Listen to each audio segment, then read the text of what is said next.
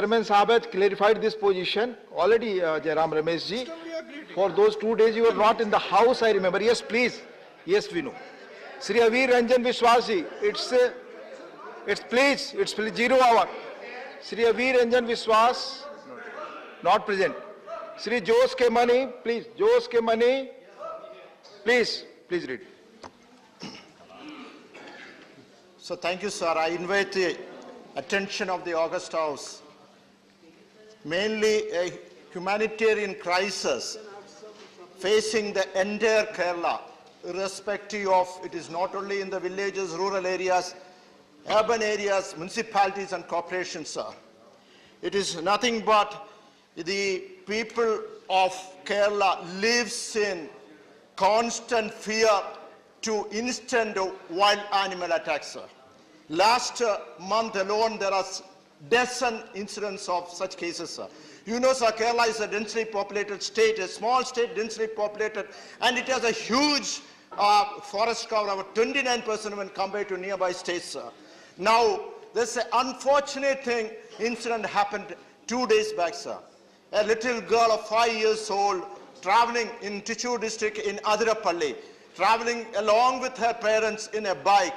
In the middle of the main road, she was stamped and killed by a wild elephant in front of the parents, and parents are seriously in the hospital, sir.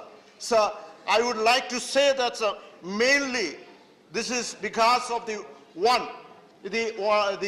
act which is about 49 years back, 1972, the Wild Protection Act was introduced, sir. That is about 49 years back.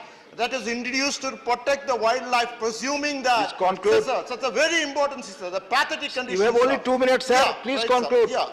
Yeah, sir, and this bill was introduced presuming that the wildlife will not encroach the habitat area, sir. Now the time has elapsed, 49 years being gone by, the climate has changed. Now you see the animals, the population has increased. Even if you take the wild boar 1,000 times, sir, it's most important, sir, that Kerala is facing a humanitarian crisis, sir. So mic is off now. Mani AD Singh, please. Not going on record. Please, Mani AD Singh, please. You have 2 minutes only, please continue. It's not going on record. It's not going on record. I really wonder, let him speak, really it wonder is not going on record, please. Not going on record. How can he speak? आप जानते हैं 0 hour सिर्फ 2 minutes. Not going on record. Please आप बोले. I will not help when I will call other I really wonder if we have a rational foreign policy. It's not going on record. Neighborhood which is. मैंने आपको मना किया, आप नहीं बोल सकते, आपका समय खत्म हो गया. Please no. Please. We are living in a not going on record. After 2 minutes, it's not on record. We are bent upon isolating our neighbors.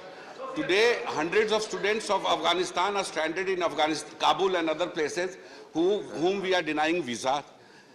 Why are we? Average Afghan is a very pro-Indian person, and why is yesterday or maybe day before Dr. Abdullah wrote a letter also, mail also to our Videsh Mantri regarding the visas to be given to the Afghan students whose life is in, so far as education is concerned, will be in jeopardy. And when we know that Afghanistan is very pro-India, we can easily raise a battalion of Afghanis like the Gorkhas and put them in Kashmir to give Pakistan a befitting reply in the ways that they are doing infiltration in Kashmir. Thank you very much. Thank you. माननीय सदस्य सिर्फ 2 minute ही बोल सकते हैं आप. इस पे automatically mic off हो जाता है. It will not go on record. Unnecessary दूसरे का आप समय लेते हैं. माननीय श्री विकास Ranjan Bhattacharya. Sir, this is a very important issue. The child labor institutes are running throughout the country, but particularly the West Bengal, I find the institute is running, the teachers are teaching, but they are not getting their salary. Therefore, the Honorable Minister should take care of this situation so that the teachers do not go unfed and ultimately institutes are closed. That has to be taken care of. Thank you. Dr. Sumer Singh Solanki. धन्यवाद माननीय उपसभापति महोदय. नर्मदे हर. मैं आपकी अनुमति से सदन में एक महत्वपूर्ण विषय की ओर सरकार का ध्यान आकर्षित करना चाहता हूं. माननीय सभापति महोदय, मध्य प्रदेश सहित देश के विभिन्न हिस्सों के जनजातीय समाज में सिकल सेल रोग बढ़ता प्रकोप हम सबके लिए एक गंभीर चिंता का विषय है। सिकल सेल रोग जनजातीय क्षेत्र में एक गंभीर चुनौती बना हुआ है। यह रोग एक अनुवांशिक की बीमारी है जिसे ठीक करना कठिन है। इस गंभीर बीमारी ने भारतवर्ष के मध्य क्षेत्र, पश्चिम, दक्षिण क्षेत्र के जनजातीय समूहों को सबसे ज़्यादा प्रभावित किया है।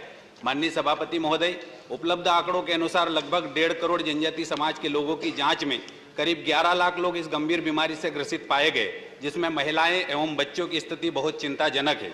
मैं सदन का ध्यान मध्य प्रदेश के निमाड़ क्षेत्र के अंतर्गत आने वाले खरगोन, बड़वानी, धार, अलीराजपुर और झाबुआ सहित मध्य प्रदेश के अनेक आदिवासी बहुल जिलों की ओर जिक्र करना चाहूँगा, क्योंकि मैं इसी क्षेत्र से प्रतिनिधित्व करता हूँ। सरकारी आंकड़ों के अनुसार 52,000 से अधिक लोगों का सिकल सेल टेस्ट किया गया, जिसमें 8,000 लोग इस रोग से ग्रसित पाए गए।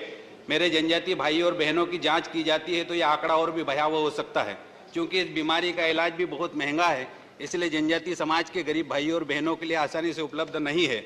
मैं देश के यशस्वी प्रधानमंत्री माननीय नरेंद्र मोदी जी और मध्य प्रदेश के मुख्यमंत्री माननीय शिवराज जी का धन्यवाद देना चाहता हूं, जिन्होंने इस बीमारी के उपचार में सार्थक प्रयास शुरू किए हैं।